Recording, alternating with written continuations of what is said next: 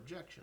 So in this case, I think what, maybe a misunderstanding, what Mr. Witt said was, I'm not going to arbitrarily prepare an opposing SAD petition unless someone asks, because I don't know if someone opposes it. As soon as someone did, he prepared it. And what he said was, I will prepare one if someone asks. And that's what he did. Mr. Huth?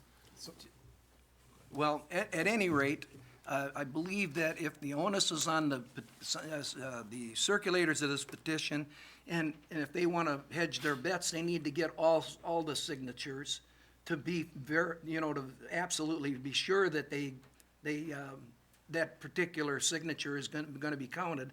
I would go back and ask for additional time, just like I asked for originally. I believe the intent of this process is there. It's quite obvious that if the township is forcing a SAD on the residents, and they have a period of time, whenever it is, we can argue about what the law says, but 20%, if we're gonna put these additional restrictions on the people, then we should give them enough time to get this. But I would also say, for the people that are out there that are interested in doing this, the circulator of the petition and the person on there can be one and the same.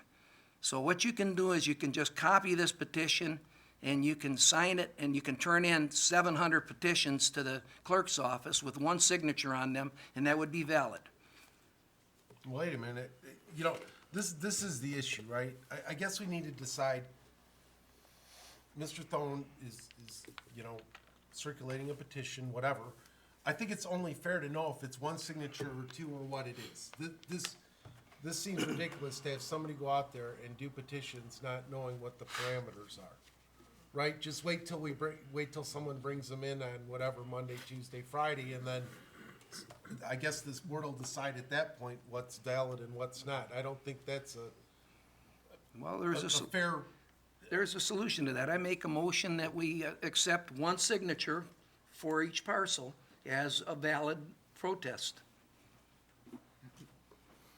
I think Mr. Battanti wanted. I had a question, but. Let him. No, I got a motion. Let's let the process go. Yeah. No, and we have a motion. If Yeah, I'm not gonna- Well, I'll support it. All right, discussion? Mr. Huth, can you, and I know you've been asked this question many times, so there apparently is not an answer, but I'll ask you. In the sense of what we're, and I understand what Mr. Witt was saying about how the question was asked, but in reality, it seems to me, and tell me if I'm wrong here. In reality, what we're doing is saying to a resident, do you oppose this? I don't know how we can phrase it in a negative. Do you oppose it? And in that sense, if there's two parties that own a piece of property jointly, is it reasonable to suggest that with one party saying that they oppose it, that would somehow be sufficient to identify the fact that the SAD couldn't be held against that property because at least one? I mean, quite frankly, it makes sense to me. Can I finish, please? Sure. And get an answer? Go ahead. Thank you. So I'm just asking, like, I mean, is there there would seem to me to be some sort of precedent here. We can't be breaking new ground in this. Well, the reason we are breaking new ground is because, as the resident, a lawyer said, when he was here on April 24th, he said, you know what? We missed our opportunity to file the petition with 20% objecting to this district. He got to the podium and said that. As it turned out, he was right. For me, you asked me what's reasonable. I looked to the law and I looked to what the precedent is. We're in new ground because what the township has done now is said, well, we weren't clear at that meeting, so we're gonna give you some extra time. The fact of the matter was, even if we had been clear at that meeting, there was nothing they could have done about it. Because if we would have said, yeah, you're right, today's the last night to get a petition with 20% of people on it, it wouldn't happen because we're at the meeting referenced in the statute about when the 20% was due. So there is no precedent to look at, because we're extending. We're not following the law, we're extending what we're giving people an opportunity to do. So in that regard, I did look to the clerk when I talked to him. He obviously handles this type of matter for the township. signatures. There's precedent, as he's referenced in other petitions. So that's what he suggested the process. I don't disagree with it. If the board, there's a motion here now, decides it should be something else, that's fine, that works too. So Well, let's I take would it- like to point out something. Well, Mr. Servil. If I might. Hang on. Mr. Batanti was asking the question. You'd already commented several I- times. I- I'd like to let him finish. Well, So, there's an important designation here, though. Well, and why don't you share that once we let Mr. Okay. Batanti finish? So let's say that there had been a petition circulated prior to that meeting. I guess what I'm saying is, had those petitions been brought in, and some contained one signature and some contained two, what would have been your opinion about, that would have been sole discretion of the board as well, as to whether or not to accept those? Well, the statute 41.723 says 20% of record owners of a property. So it talks about plural. What's not clear, is it plural in the 20% of the district, or plural Owners of a single parcel. with two owners? So I would say it's not clear. I would have told the board, this is not clear what it means here.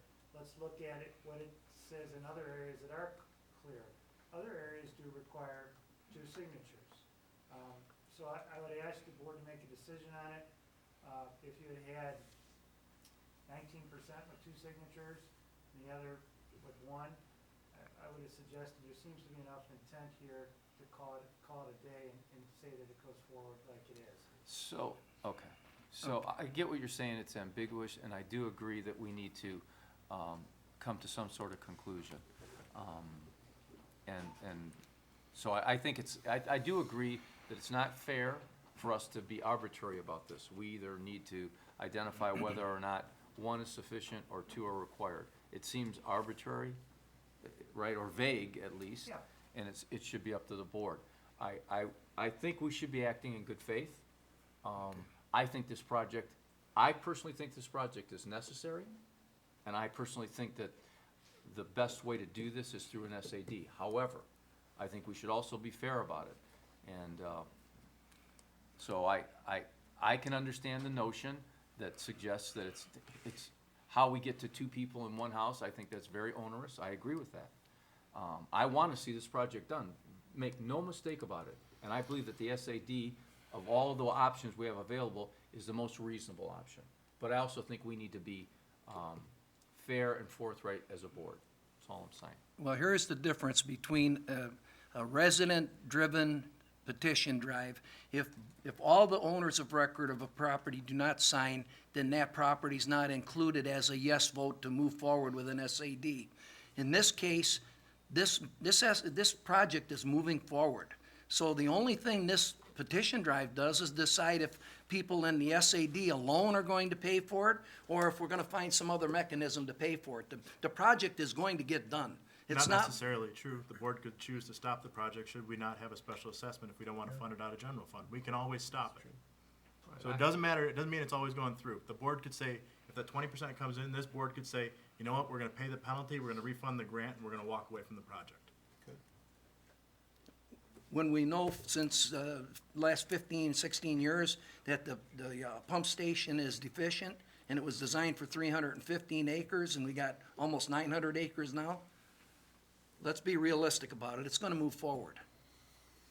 The only thing that I can gotta say look at about the ambiguity about it is that only one person from a group of whatever, 5 people on the house, only one person from that house had to stand at that podium that night to object to the SAD. So there's a motion. There's a And- motion on and- the floor, then vote on the motion.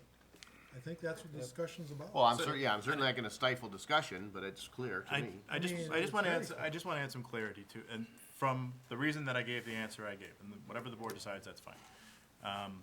But the petitions are both yes votes.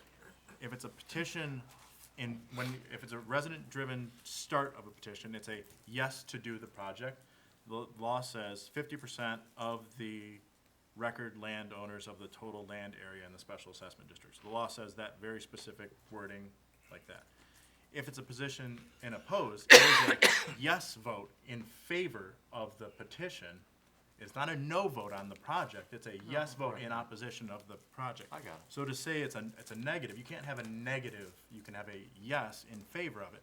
And the law uses the very exact same language to define by record owners of land constituting more than 20% of the land area.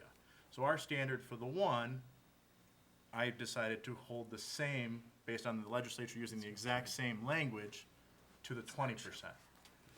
And I know Mr. York, it doesn't want to make it more onerous, but the legislature saw that and said, instead of requiring 50%, we're only going to require 20% to stop a project. That's nowhere near a majority, that's nowhere near a preponderance, that's nowhere near anything other than a significant minority that is against the project.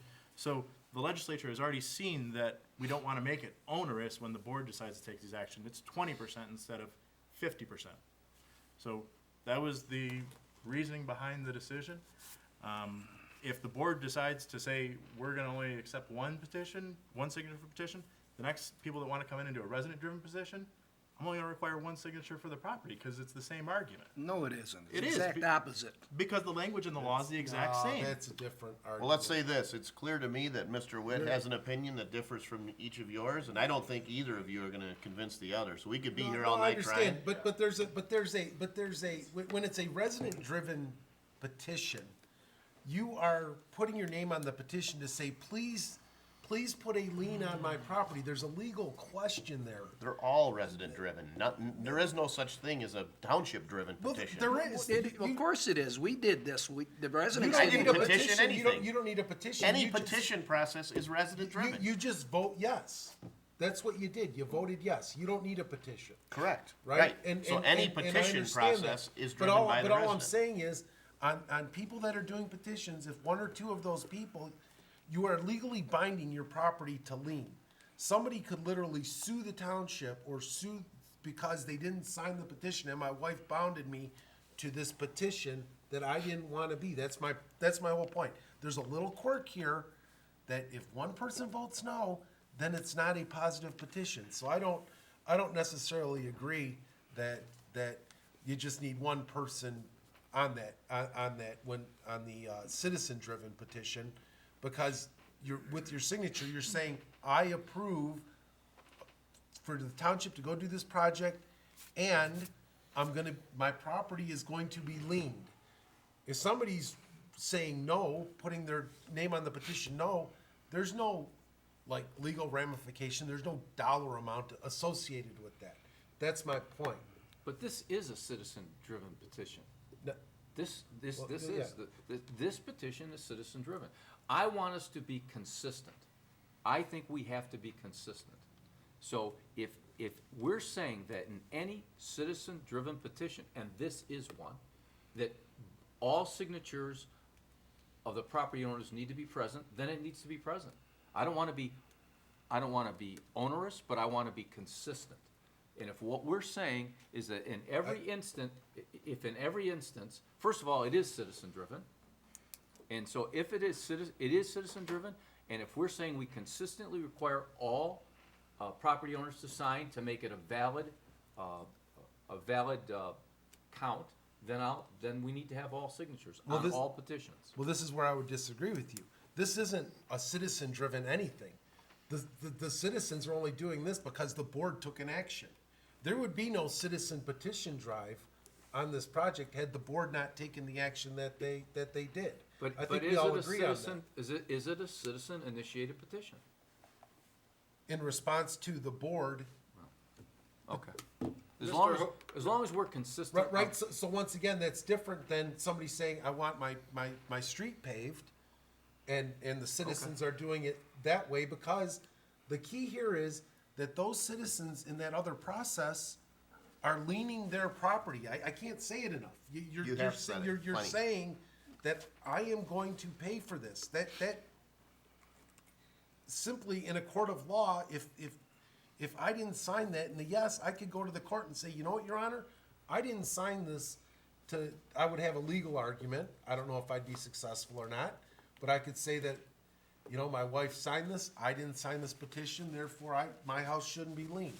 That's why you get both people to sign the petition that's a citizen-driven one, because there could be a legal question, because you're asking someone to pay dollars.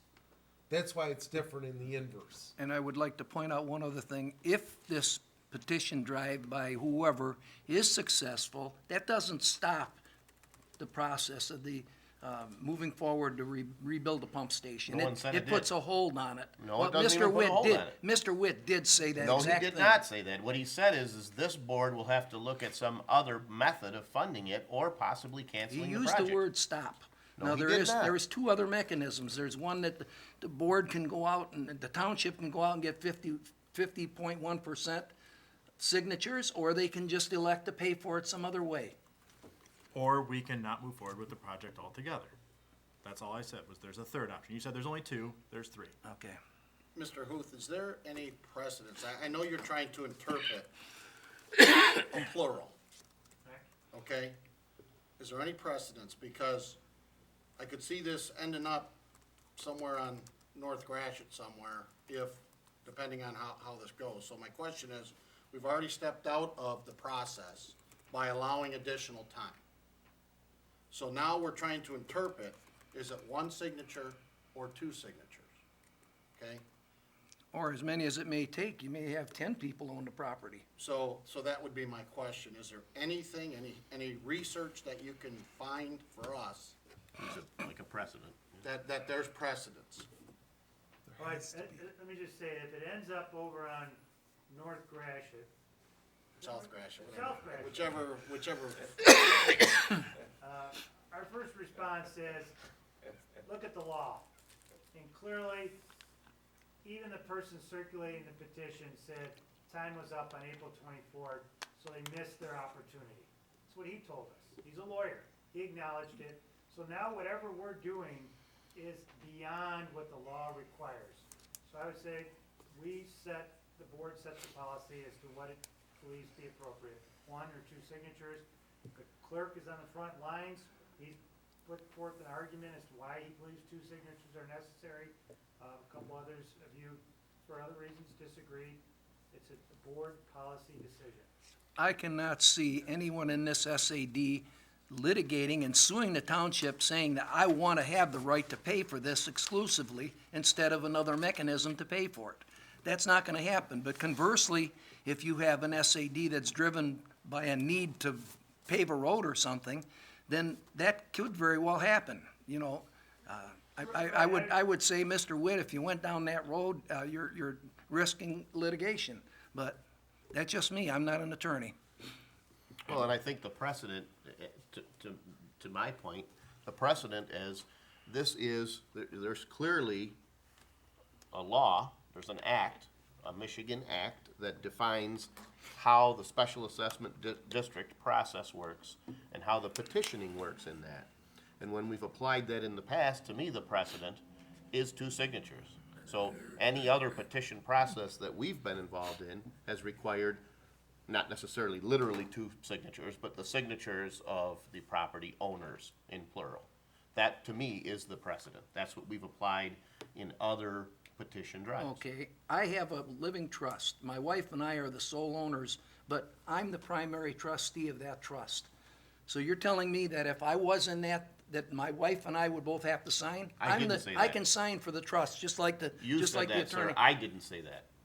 You just used the example of two signatures. I pointed out there might be 10 people own the property. What I said was, the rule that we've applied per the law is the signatures of the property owners. And if that plural implies to the owners of that property and there's more than one, then that's the standard we've As it's applied. recorded on the deed. Then why would the law allow at the public hearing one person to stand at that podium in objection? Because Because that's a that different reserves their section, right. that's a different section of the law that allows the individual to preserve that right to appeal that assessment to the tax tribunal. It's a different section of the law. It's not to stop the entire special assessment district So process. so we're, It's so the we're right to basically appeal. in this because we extended the period. Had we not extended the period, we would not be talking about this, right? Correct. The law says two signatures, does it not? Well, we don't know. The law doesn't say specific, it says property records of owner. Owners. And in the Owners. past, we've interpreted that I'd as- like to point out again that Mr. Verkest said multiple times that petitions weren't necessary before the fact, in his opinion, because there was nothing to protest It until we doesn't- actually it doesn't passed an matter. We agreed to SAD. that. Yeah, We so let agreed me to that, so clarify that, that's Mr. Serviel. I never said that it doesn't apply. What I said was, it doesn't seem reasonable to me that I would ask someone to circulate petitions on an action that the board hasn't taken. That seems contrary. I Which agree. is the very reason why, the next time we met after that, and we had an interpretation, I was definitely supportive, and even supportive of not only the motion that was brought forward, but to even extend that further. So, the law said one thing, but common sense and reasonableness to your fellow neighbor said, how can you possibly oppose something if we got here that very night and said, nah, you know what, we decided not to move forward with this? And someone says, well, hey, thanks for making me walk around and circulate agree. petitions. I agree. I never said they couldn't be signed. I didn't say it must be this way. I said it makes little sense to me to ask someone to circulate a petition before we've taken some binding action. That's what I The said. point is, as the supervisor of this community, you indicated, as far as your opinion's concerned, that it was reasonable. Which is why we voted 2 weeks later to extend it. Look, Correct. the simple fact here is, if I may say so, this township has never seen a township board-driven process like this where somebody is gonna do petitions. We This just is- did it last year. We just went through the But process. nobody came to do petitions. This is new ground for this board. Let's just call it what it is. This is new ground. We really don't know what's going on. I cannot possibly believe, though, that this particular issue has not been resolved in a court of law. I just don't believe it at all. This issue has got to be resolved in a court. There has to be some type of case law on this. And I think the difference, as Mr. Huth alluded to, is the likelihood of a parallel community going through a similar process and extending the signature deadline voluntarily, if you will, is what sets this apart from But I precedent. mean, but if you read the law, you could even say that it should be the June 22nd meeting, because it just says the hearing, right? And the hearing can be, it's not, we all have been down this road before with these laws. It doesn't say the first hearing or the second hearing it says the hearing, and we have many hearings, right? There's also, that law needs to be rewritten in a much more clear and concise manner, in my opinion. And again, which is Right, but reflective I'm not, of but this I'm not a board's decision legislature. to and extend it. Right, I agree. And Mr. Verkest, I wasn't trying to put words in your mouth. Oh, you I know, understand, but I mean, I can't say enough. I mean, we can say it 6 more times. We looked at it and said, we don't agree with the binding nature of that language, and we heard from 2 attorneys who've said, yep, that was the date. So this board manually or specifically went out of its way to say, let's extend that period to give get the it. citizens the opportunity. So talking about the law at this point is immaterial. I don't like it either, but it's the mechanism in place to do this. I also don't think it's fair to go to 4, 6, 8 other neighborhoods in the township and ask them to pay. No more than I want to pay for somebody's bridge. They don't need drainage. They need a bridge. Well, We'll the pay town- for your own bridge. I'll township- pay for my own drain. Township did pay for one bridge, and the townships paid for cleaning ditches more than once. Correct. So, So, but we're talking precedent's about a there. large, we're talking about a large portion project. The vast majority of the funding for all 3 of those bridges was borne by the residents. And the vast majority of this funding and this project, minus any public sources and grants we were able to get, would be borne by the members in this Vast district. majority was paid for by a grant from the federal government, wasn't it? 95%? No, I'm talking about the match. Yeah, certainly, right. But I'm talking about those dollars that had to be brought forward for And the again, match. if you read that law, it's kind of ambiguous. Does the state of Michigan, if they assume it, does the county assume it? Does the township assume it, or do you put it on the residents? It doesn't say really. So, that's another thing, and I think we beat this to death, and we have some people that want to Just need speak. to let the residents know what they need to do or what not to do. And, Understood. So whatever happens, right, that everybody knows the rules. And, already lost, 2 weeks because, is it 1 signature, is it 2? You didn't lose 2 weeks because you lost 1 week. You had the petitions for All right, 1 1 week. So don't say 2 weeks, you keep saying that. All right. Well, we've talked about this a fair amount, and there I are a haven't couple been out folks who would like collecting to. any signatures, so. We've talked about it a fair amount, and there's a couple folks that look like they'd like to comment. If it's all right, I'll open up the floor for public comment. William Bardell, 20-year resident. I think now is the time for all you trustees to show some fairness. You know that chances are that these guys probably won't get 20% of the signatures. There's no guarantee of that. You know, with all the holidays and everything, and how often are both people home? If somebody wants their road done, they go down the street. They got to cover this whole area, and the mom and pa are never home at the same time. Maybe 30% of the time, when the door knocker comes, they're not going to be there. Why don't you really show some fairness and let them go with one signature on this one? You know, this is a whole new thing. This would really show the residents your character. If they win, they win. If they lose, they lose. So be fair about it. So they got another 2 weeks. This is totally new ground. There's no guarantee that if you guys are against, the guys that are against it or the guys that are for it, there's no guarantee either way. Just be fair about it. One signature, and that's fine. There's no guarantee that your opposition is going to get their 20%, even with one signature. So the right thing to do is to let them go with one signature. Okay? I mean, this is a chance for you trustees to show some character and some fairness. You know, these guys get 19% with one signature. You know what I mean? Good faith. You know, they might get 15% with one signature. Well, that's different. If they get 19% with one signature, you give it to them. You gotta be fair. You can't, you know, this divisiveness, I mean, come on. Government doesn't work like that. You gotta, let's have a little flexibility here. Let's give and take a little bit. One signature, you're golden. Thank you. Thank you. I would guarantee you that this is something that probably no other Board of Trustees have seen, because it's really pretty unique.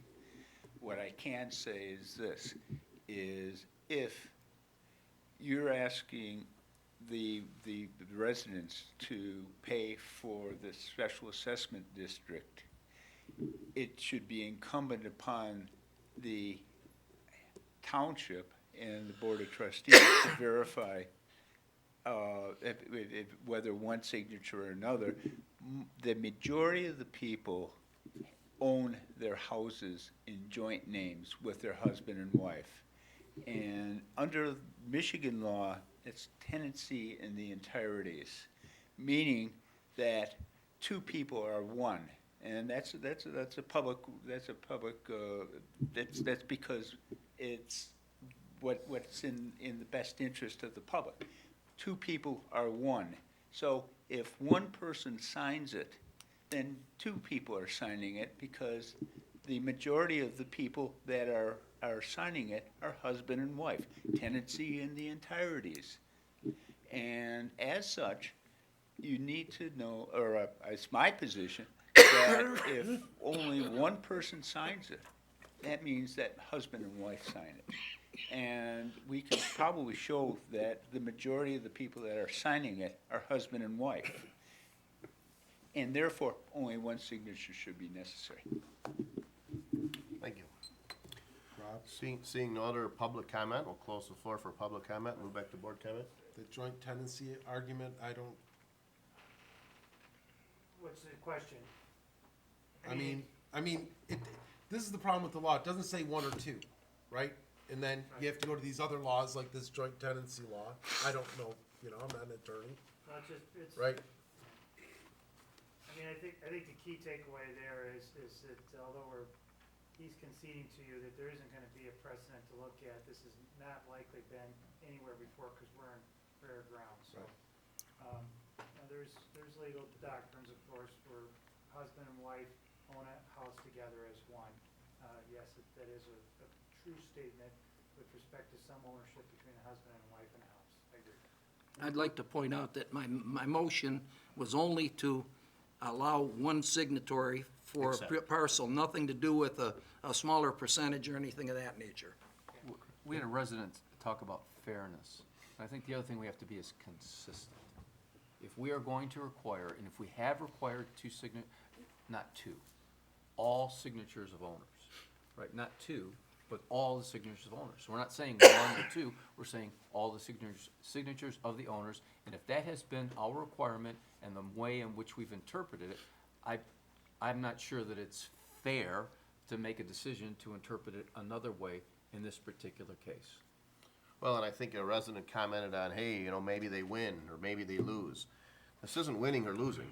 We have a substantial infrastructure project that needs to be done.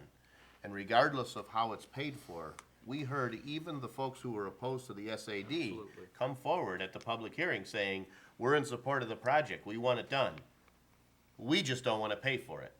And I don't think it's reasonable to go to other people in the township and ask them to pay for a project that serves a very specific and local area.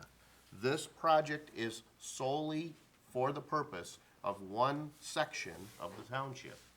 So in terms of winners and losers, we're all winners and we're all losers. Because if you live in that district, you win. Your infrastructure's improved. But you lose, you gotta pay for it. That's how it goes. This is a fair process. We've extended the timeline in good faith to make it even more fair. And I think we should follow the same rules that we have for any other petition for an SAD that we've had before. I'd like to point out, to my knowledge, I've lived here many, many years, followed the politics, and I believe we've only had in the last 2 years, 3 board-driven SADs. Prior to that, there's probably hundreds of SADs that were initiated by the residents in their district, primarily probably for paving their roads. But, so it's a new process, and I believe for the ones that are the residents are gonna do that, I think it's proper to have all the signatures. If you can't differentiate it, I don't know how I can explain it any better. Right, but if the legal argument is 2 is 1, then it shouldn't matter on the other side. I'm just saying, if we're going for consistency, to Mr. Well, that's- Patanti's point, no, let me Go for finish. If the legal argument is that 2 people can sign, or one person counts as both people in a marriage, then it should be one signature on and in favor of. So I'm just applying the guidance based on the way the law is written, the same language. So if we're gonna apply one standard to one, we should apply the same standard to the other. Because the language is the If same. the language is the same, if our argument is that because that language and because you're a married couple, I know when I sold my house and when I bought my house, regardless of being married, I still had to have both of us there or power of attorney to sell the house. So one signature isn't magical on a house all the time. So. And I didn't make that argument either. I'm just saying the resident did, Mr. York thought it was a great idea. So if that's the board's decision and that's why you're making it, then it's the same argument for the other side too. At some point, you know, we had a resident get up and mention failure to properly invest in infrastructure. We have this is a larger issue, and we're gonna have to figure out as a board what we're gonna do to maintain proper levels of infrastructure support. We have no funds coming in that are specifically designed for stormwater maintenance. And Well, you set the precedent now. well, and maybe, and that's okay, Mr. York, if that's what we're going to do. But I mean, I think we're obligated as a board to figure this out. And we can't just let it, I mean, it's our responsibility to ensure that we have the proper levels of drain support, absolutely our responsibility. So I think that in one way or another, we're gonna need to figure out how we're gonna fund these things going forward. We've already done that. We've said as a board that the SAD has been formed and that the people in the SAD are gonna pay for it. But as Mr. Huth has pointed out, we've gone above and beyond that now, and this is a special set of circumstances. Then So I let's think take the that vote and be done with it. Right, I think we have gone above and beyond, and If I I agree may with make one comment to the Board of Trustees and overseeing a lot of the infrastructure in this township, this is not gonna be your first rodeo, I'm Right. guaranteed. I'm sure all Your of you are last knowledge one. enough Not to gonna get be the through last. this, because I'll tell you what, it comes across my desk every single day about every community, every state, every city throughout this nation has the same problem with failing infrastructure, and how do we pay for it?